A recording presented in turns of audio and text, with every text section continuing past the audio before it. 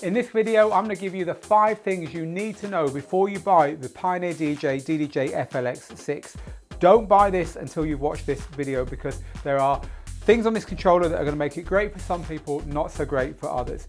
If you enjoy this video, as always, please do share it, please do follow the channel, subscribe, so that we can let you know when we do more videos just like this. So let's get started. So number 1 of the 5.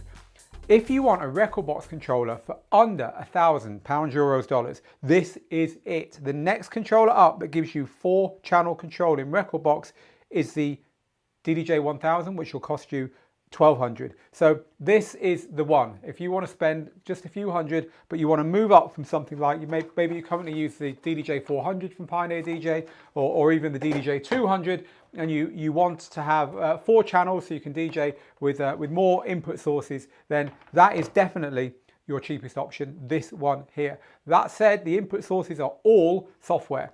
So you're going to be controlling 4 channels in your software here. You can't plug in external decks and mixer and other DJs and so on to this. Purely software control. But if you want those 4 channels, then this is your cheapest option by a long shot. So the second point, before you buy this, be aware, the Jog Wheels are club standard. They're absolutely excellent. In fact, they're probably the biggest selling point of the whole unit. They feel great, they've got a nice weight to them, they've got this center bit here which tells you where you are on the track, which is really nice. They're great for scratching, they're just great Jog Wheels. They are definitely the biggest selling point of this, because again, you're not paying an awful lot of money to get these pro standard, pro feel club Jog Wheels. They're not the same as the ones on Pro Gear, but they're very similar. They're good enough for me. They've done a great job of those. Point number 3 that you need to know before buying this unit. If you're buying it for Serato, forget it. This has got Serato written on the back, but take it from me, this is not a Serato controller. This is through and through a record box controller.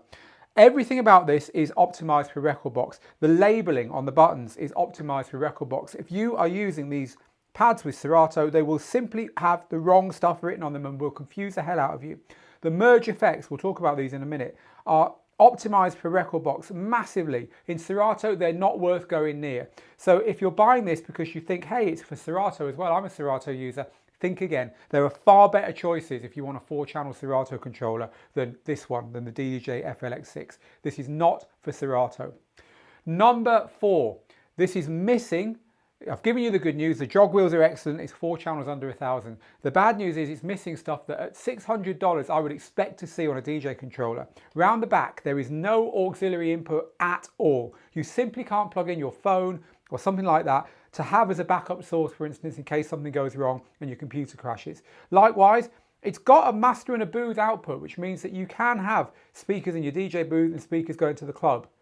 But it hasn't got a balanced output for the club speakers, which is half of the deal when you're doing a master and booth output. So a real corner cut there, a real corner cut with the auxiliary. In fact, there's corners cut all over this unit, I think, with the build quality and so on, to bring you these Jog Wheels under, you know, $600, which is what the unit does. So just be aware that it is very, very consumery as far as every other feature and function goes, apart from the fact it's got these lovely big Jog Wheels on it. So it is missing some stuff that I think for that money a lot of DJs would be looking for. And number 5, the merge effects here they're interesting. In fact, they're so interesting, I think I'm actually going to demo them to you. Let's get a track playing here. Let's get a loop playing on that track. This track's just looping away with a beat, right? So the merge effects, you turn them on, you make them crazier and crazier. You turn them off again by pressing the button. And then you start another track playing. And they give you a way of going from one track to another at any point that you want. You just turn on the merge effect, turn your big knob, press it at the end and it'll fade out, give you a little sample you heard, let's go there, and you can drop another track in. They're quite clever. They're actually combining 7 different effects or 7 different actions on the controller in one press of a button and turn of a knob. So it's quite clever what they're doing there. They are only going to be of use to you if you are an EDM fan, a big room fan, a festival fan. You've seen like the Getters of this world doing this stuff on you know, on the controllers and thinking how, on their gear and thinking, how do they do that? The truth is they do that because they pre-prepare it all and it's all done in the studio beforehand. But this is a way of sounding like them and looking good when you're doing it, turning a big knob on the controller and controlling all these macros together that just does this big, amazing, unsubtle, smash in the face sound that lets you then drop in anything else time after time. For everyone who is not interested in what I just described, these knobs are gonna get very, very boring very, very quickly. They are the same thing over and over again. They're just not relevant for the kind of DJs who are not turned on by EDM and that big room kind of massive, crazy build and drop sound. So if that's not you, or you'd rather learn to do it the hard way by mastering all the other controls that the very best DJs, the James Hypes and the Layback Lukes of this world and so on do without having to rely on just a big knob to do it all for you, you ain't gonna like that at all. So the merge effects are only gonna be useful if you're into that scene, you're into that stuff, and you just wanna be able to do it on one big knob. I mean, it works, it's there.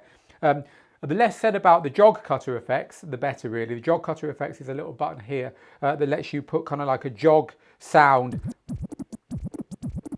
and depending on where you have the marker, you get a different sound.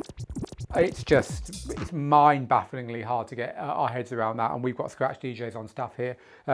Best forgotten, jog cutter. So they're the two kind of gimmicks on here, jog cutter and merge effects. Merge effects great if you're into EDM, not otherwise. Jog cutter pretty much best forgotten. I wouldn't buy it for the jog cutter. So there you go. There's 5 things you need to know before buying this. It's the only record box controller with with 4 channels anywhere under 1,000. It's got great jog wheels. It's not for Serato. Do not buy this if you think Serato is the software you're going to want to use with it, not record box. It is missing the auxiliary out, auxiliary in, and the balanced out that you might expect on a controller for this kind of money. And the merge effects are really only useful to you if you're into EDM, and even then you might get bored of them once you work out what they're doing for you. I mean, they are configurable. You do get a chance on the screen to configure the effects. There's 4 merge effects you can choose from. You're looking at all 4 of them on the screen here now, and you can choose what the build-ups are and what the samples are that they're using and all this kind of stuff. So there is a bit of configurability there, but really they are much of the same. Once you crack them, you're either going to love them or you're going to get bored of them. So that is the DDJ-FLX6. You surprised us, Pioneer, with this one. We were expecting one of these with 4 channels, and we still are. Call it the DDJ-600, and don't be too long with it, please. I think you're going to get a lot more people from our audience wanting a controller like that with a few more inputs and outputs and so on, and a few less gimmicks. But for the audience they're aiming this at, it's certainly an interesting controller, and if that's you, well, you now have the information you need to buy with your eyes open. That's been the Digital DJ Tips. Quick look, 5 things you need to know before buying the Pioneer DDJ-FLX or Flex 6 controller. Now get good, get out there. If you can't get out there, stay safe and make the moments, and we'll see you again very soon.